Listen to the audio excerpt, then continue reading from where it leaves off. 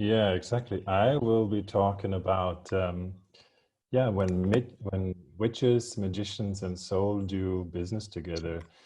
And I actually have a couple of slides that I was thinking to walk through. I'm not sure how the other folks went through it. Um, I only see you on the video, so it's less interactive right now. So I might just put on the slides and be open for comments as we go through. Let me do this.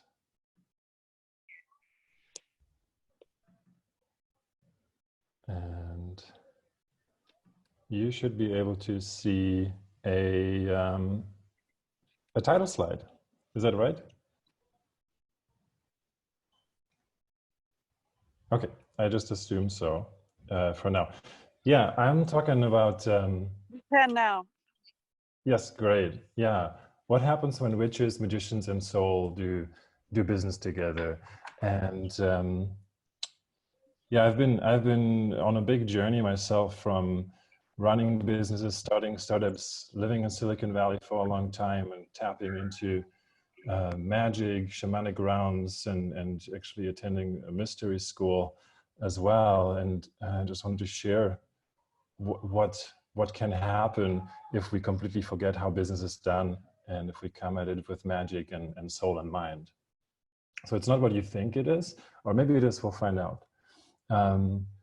So I want to go on a journey with you and tell you a little bit about like the pieces of magic and the soul, and just forgetting all the things that brought us here so far, of when we think about business or startups or doing better business for the world, and letting something else shine through there. So I want to just invite you to forget everything that you know about how business is done, and then we go from there. And I promise you we get back to all the useful skills later on, right? So all the stuff that we learned of how to build a business plan, or how to hire people and so on. But for the start, just putting that aside. So let's talk a little bit about magic, witchcraft, and soul before even going back to the business side. And when I say magic and witchcraft and soul, I wonder what kind of images might come up for you when we hear magic. Somebody asked me, like, so you're gonna wear a robe and have like a magic wand? Like, are you gonna look like Harry Potter or Hermione? Right? So these beings that they're going to Hogwarts to learn magic and then perform them, or are these witches like something like some beings like these here, who are like in the forest with their cauldron and their animals, and conjuring up things or creating magic potions, or are they just like solo people, like making modifications to matter, levitating and putting things together anew? And the truth is, when I talk about magic, or when we think about magic, like we all perform magic all the time. And what I mean with that is, we all like cast little spells of attraction or deception, or like working with our emotional bodies and like triggering emotions. I'm doing it right now. I'm moving my hands, and as I'm talking to you, I have a certain tone in my voice. So we're all casting magic spells all the time on each other. But we do that in a very, 1 second, there's a chat. Harry Potter. Yeah, exactly. But we do that in often in a very unconscious way, right? So we perform this magic and we don't even realize that we do it. And often we also do it for personal gains. Like, so if I'm trying to sell you something, I'm coming with my magic of like my selling skills, and like doing that so that I can maybe extract a better price out of you. Or if I'm trying to build something, I'm doing it for my own pleasure. But very often it's not done for a greater good. So when that's when soul come in a little bit. But like, we perform magic all the time. And like, if you think about people who have like strong magic, and no matter if you agree with their approaches or not, you have folks like Steve Jobs, like he had like immense amount of magic when he got on stage, like mesmerizing, transporting messages, and just, yeah, sharing something, like even they called it like the reality distortion field, right? That he had to really bend time and space around him. I'm hearing somebody in the background. Maybe I'm actually gonna mute you. Okay, cool. Can I ask everyone to go on mute? Yeah, I just muted Jean, I think was on unmute.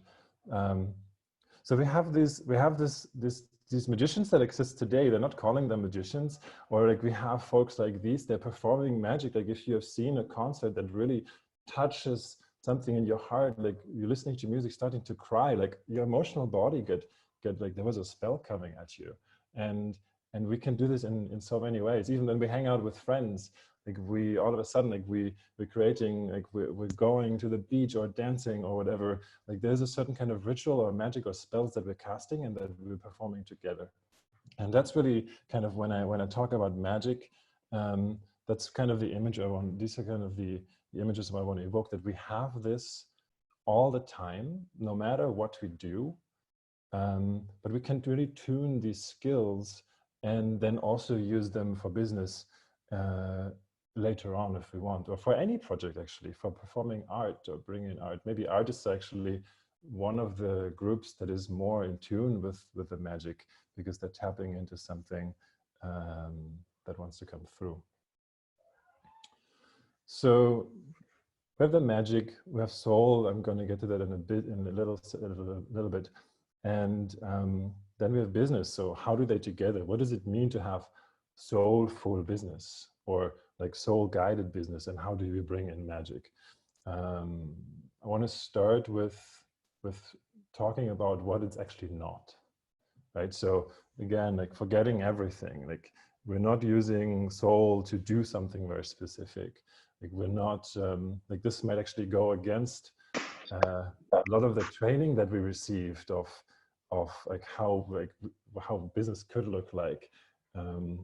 What I found when I was starting to dive into this world is that a lot of my previous tools didn't work anymore. Like tools, I mean, yeah, just getting people excited for projects, or getting people engaged. They just, if it was coming from a personality driven mind, like something that I learned in the past and thought, oh, this would be a great idea, that doesn't work. Like that's not how magic works, and that's not how soul works either. Like just forgetting all these things, we can come back to these personalities and put them back on later and make use of these useful skills that we have. But the first step really when we talk about soulful business or bringing in the soul is forgetting all of that and really making space for something new to emerge and for something new to come through. Or actually, it's not necessarily something new, but something that was always there, but we just haven't really listened to it. So soulful business is not about doing better business or mindful business or conscious business. It's also not about like saving the planet or helping people. It's also not about just doing good in the world. And definitely it's not like the start is not about efficiencies and profitabilities and like capturing market share and all these kind of things. And I'm saying that like it doesn't make any sense. Like, why is soulful business not like good for the planet? It might very well be, but that's not the starting point. The same if a soul wants to come in and incarnate into like a human being, like something is coming through or something lands into a project, something very beautiful can emerge from that. But that's not the starting point when we talk about souls wanting to come through or bringing soul into business. So if it doesn't make any sense, perfect. If it triggers you that I talk about soul and like not doing good business, perfect. That's just part of it. So because soul and magic don't comply to our old education and the world of doing, it's almost upside down, right? It's like starting from the really subtle realms up there and like manifesting something down into reality.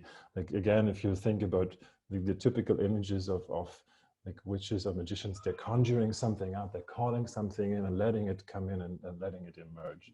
So that's kind of how I see soul and how I see soulful business.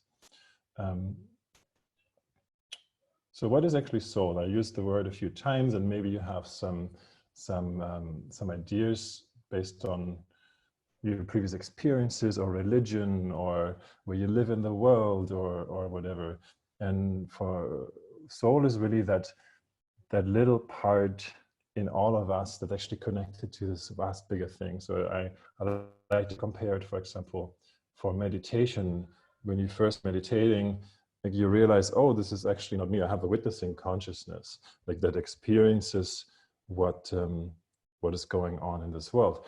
And then behind that witnessing consciousness, like, oh, what is actually noticing that I'm witnessing? And so it kind of continues there. And for me, soul is kind of almost like the little thin thread that connects all of these back to something really vast and big that chose to come in time right now and kind of manifest through all of these little parts into this physical form. So and because it is connected to everything behind that, it's innately loving because it is actually everything. And so that's what I meant is upside down. When you have like the result of doing business from this place or starting projects or creating art is it's innately loving. It's innately caring because it kind of really, it knows that it's there. It's not always nice. It can be really like to the point, but it can be, it's just always there and always connected from there. So it's like once getting in touch with that and really forgetting all of the old stuff and just really making space for this can be a super freeing experience and just letting that soul shine through. So, souls and of projects and groups. So I have a soul, individual people have a soul that comes through, but also projects and groups have souls, right? And also times, like the bigger soul can come through, right? So if you think about movements that happened over the time, like all of a sudden punk rock was there, like it's a certain expression of the soul that landed, or the 60s, or like you also heard about stories. I think Elizabeth Gilbert was talking about. We have somebody who's not muted. Okay, there we go. Elizabeth Gilbert, I think she wrote about that there was a book she wanted to write, and it really came through to her, and she never wrote it. But then somebody else actually wrote exactly the same book. So there was something coming through, wanting to be manifested into the physical world, into the physical realm. And in this case, it was a project. Or I have some friends in Berlin who there was an empty warehouse or an empty warehouse kind of building, and all these artists came together, and all of a sudden like this huge art piece was performed there for weekends on ends, and just kind of that it emerged from there. So the whole thing had its own incarnation, so to say, for a time. So also thinking about that when I think about groups and projects. A key piece for all of this is emergence. So emergence is contrary to I have an idea and I'll make it happen. Emergence is pieces coming together and they're forming something that that didn't exist before. So one example is like you can think about not emergence, somebody going, having a picture and copying it and like drawing a piece of art, or emergence of there's a blank canvas and the artist is kind of the vessel, and there's the smell in the air, and then somebody passes by and has a chat with them, and all of these pieces come together, and then all of a sudden they're inspired to draw this wonderful piece of art, and that comes through. Or all of these people are coming together, like almost like, yeah, like this whole unconference here is kind of something that emerged, right? So somebody had an idea and then people coming together and all this like swirling around this vortex, and all of a sudden we're here on Zoom, and I actually don't know any of you, which is amazing. And you're listening to me talking about soul. Like this is emergence, like it's you can see it in nature as well, where you have like snowflakes. They are not designed, they're not made, they're just emerging under certain conditions, and water and all this kind of things coming together. Okay, so now what? Like we have soul, we have emergence, we have magic, how we can call this in, and what do we do for business about that, or how do they come together to do business? The first big piece is really listening, and that is just being still, and as an individual, and but also as a group, of really listening to what wants to happen. And this is so tricky. Like we have this in the world right now, right? With coronavirus, there's a pause where we could all listen, but we're all very busy with like figuring out what's the next thing, or like keeping ourselves occupied with something. But it's like the world is on a pause. The world is just listening right now. What wants to happen? And so the same thing is true if you want to have a soulful business coming in, like really listening to what wants to happen, not what Philip thinks needs to happen right now, or what I had planned to happen, but really listening. So if you translate that to business, for example, like coming in the office and realizing, wow, today there's actually a really creative atmosphere. So maybe we actually do budgeting tomorrow. I'm just making up something. Budgeting tomorrow, and today we're actually really getting together and like coming up with a new product idea that has been like percolating for the last weeks, or vice versa. Today is really the weather and everything feels kind of dense, like we don't really feel open. So maybe let's just go through some receipts and get these things done. Yeah, and really making space and time for this listening. Like what we do, or what I do, is really taking an hour of just doing nothing and listening what comes through, and kind of getting out of the mental chatter and like really tuning into the group organism as well. What wants to happen right now? Where's the juice? What is really exciting and wants to come through? Like what is a fuck yes at this point? And it's not really easy to do, because all of our calendars are so busy and so jam-packed with all kinds of things. There is not a lot of time for listening, but it's a key ingredient. And actually, and like also the people I work with, we make conscious time for listening. Like next week, actually, we have 4 or 5 days of purely listening. Like we're not going to speak much with each other. We're going to just be listening and tuning in and finding out what actually wants to happen next. And this is not easy, but it can be cultivated. So once we start to listen, we can also see how group organisms themselves want to form. And that means projects or business or whatever.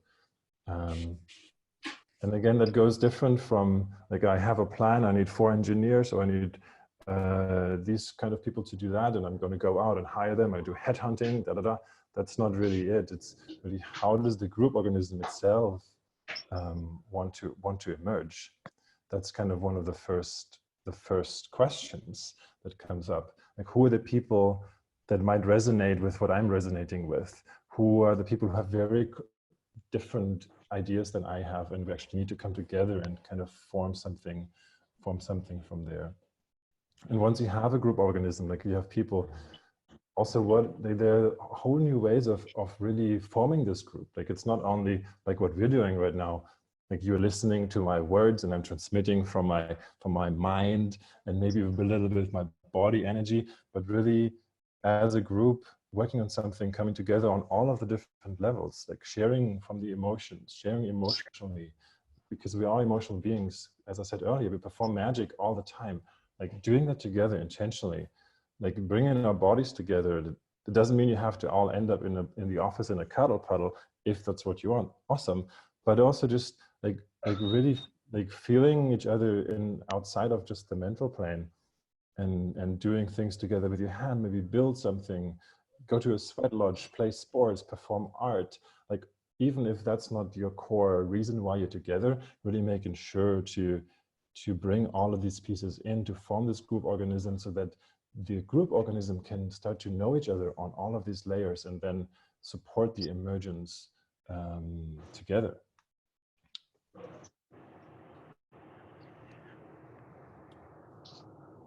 To support the emergence, like I talked a little bit about it already, but like once you have a group organism and you actually kind of tune in with each other, it's so much easier to support the emergence and kind of call each other out on, okay, I think you're just trying to push your personal idea versus something that wants to emerge by itself. You can do meditation together. ดีจังรู้ป่ะเพื่อนแม่เขาให้ไป You can also talk in different languages to each other. แล้วมีรูมแล้วก็คนก็พูด Let's find out. Oh, thank you for muting. But you can perform like rituals and or magic things together to support this emergence. And when I say rituals, I don't mean like a daily stand-up, which is kind of like a ritual, but mostly just to keep each other updated. Like really diving deep into the inquiry, like what wants to happen. Like how would magicians and witches and gods and everything do like company offsite meetings? Like how would that look like to really come together and create this way of supporting the emergence? Like, and yeah, I mentioned meditation just to kind of satisfy the curious mind. Meditation, walks, nature walks. You can do like breathwork journeys, plant medicine, all these kind of things, just anything that's like make some space for listening and supporting that along the way. And every part counts. Like every part of this group organism is important, especially if they have a really silent voice or if they have a contrarian voice that wants to come up, and really tuning into the group, or also the part in myself. Like whenever I have like a judgmental voice coming up when I start a new project, it's like, oh, I wonder where this is coming from, and like really listening to that part as well and acknowledging it, and then kind of seeing how that wants to move.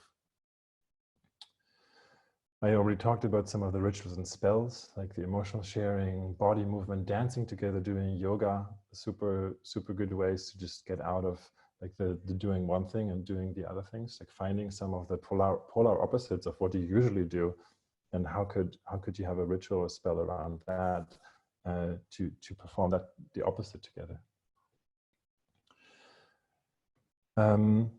A word on power is like when we come together as magicians and witches, we're all like very powerful beings. And if we come into soul, if we're coming into this power from a soul perspective, like this innately caring and loving part, like we know we have this power and we don't need to assert it over each other. We really come at it from a place of love and understanding, like ready to call each other out when it's needed, but really like really coming with the inquiry, how does this power want to show up in this project? And also, how do we transition in and out of positions of power? Like the new like soulful business doesn't really have like one person that everything is tied to, but there's ways of sharing this power and rotating in and out and not getting hung up in that power. And again, as I mentioned, the starting point is love and soul will also be the end point. So all of these things like will result into like super loving projects and super loving art and companies, but they're not focused on like the exact outcome, but they are focused really on love and soul in the end. A key part that I had to learn a lot, and I know a lot of people have to do, is really becoming friends with a mystery. And when I say mystery, it's really that part that doesn't know. I just don't know what happens when I come together with these people. Like we have an idea, like maybe there's some shapes and forms taking place and we can birth something together, but I really don't know how it's exactly going to happen. And being in this inquiry constantly, it's super scary to not have a business plan, especially once the project grows and you maybe have large expenditures and so on. But like, how do we really reframe all of this, instead of like making something happening or growing or going faster, like really like being friends with the mystery and loving it, and just like, I have no idea what actually will happen from here. And we can shape this together through the powers that we have, but becoming that. And we still have all the skills that we had before: accounting, whatever, construction, engineering, law, art, big data analytics, and your masters in whatever, and they will come super handy. But they're in a different service. They're not in service. They're in the service of the soul and in service of the magic and the emergence coming through. So like this the progression I've been talking about the whole time, from soul and love, allowing us to support the emergence, and then coming into business. And it's exhilarating. It's fucking scary as well, but it's also exhilarating to really not know what wants to come through, and really feeling it when it comes through, and really feeling it in the body, and just like, yes, this is something that wants to happen. So that's my few cents on soulful business and magic and how they can come together. It's a lot to even pack into 25 minutes, but I just have a couple minutes for questions or discussion or things that come up. I can dive deeper into specific parts, but just pause there for a second.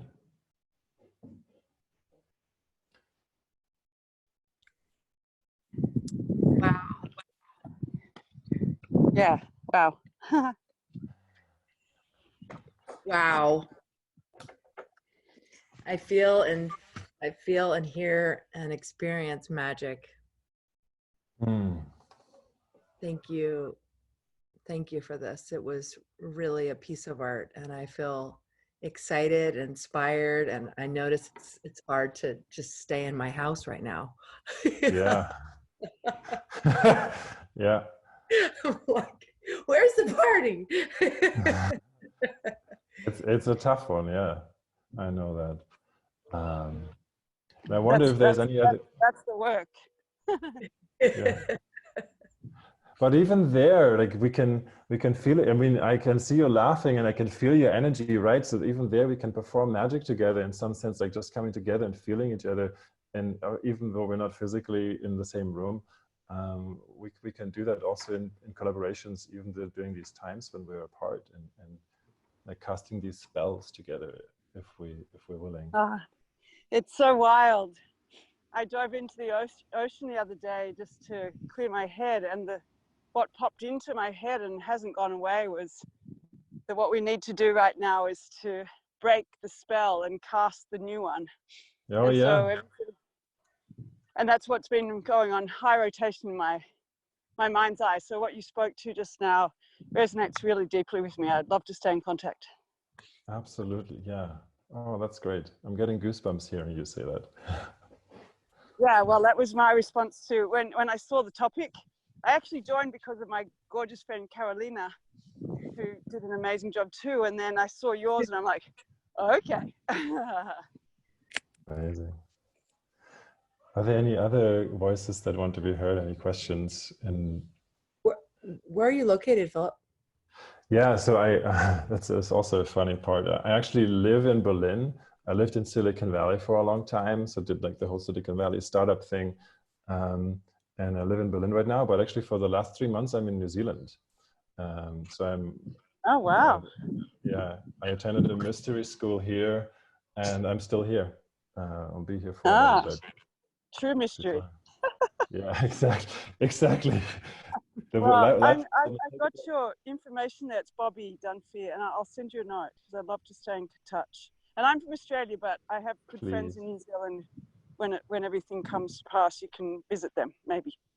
Yeah, perfect. Philip, I have a question. So, you know, what you're talking a lot about is just kind of living in presence, you know, trying to tap into being yourself, seeing what shows up in thought and how things emerge connected to kind of the field or, you know, that which is around you, and finding the stillness and then seeing what that stillness says.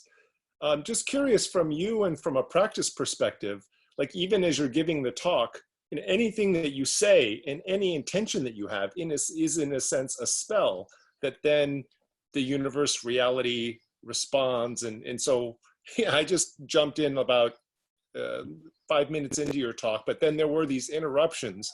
And how do you, like, even right now I'm hearing what's happening, but how as you do this, how, you know, what do you take from that which emerges literally around you? Yeah, I think there's also, like, sometimes there's like what emerges. This guy's leaving. Oh, we have to end. Oh yeah, we have to end this. Just one quick thing is, like, also tuning into what wants to emerge and where's the will strong enough to continue pushing through. Well, this is literally emerging, like being kicked out of this room right now. Yeah, exactly. So and that's what the container and the ritual that we agreed to. So the ritual is over, and send me a note. Thank you, Philip. Thank you.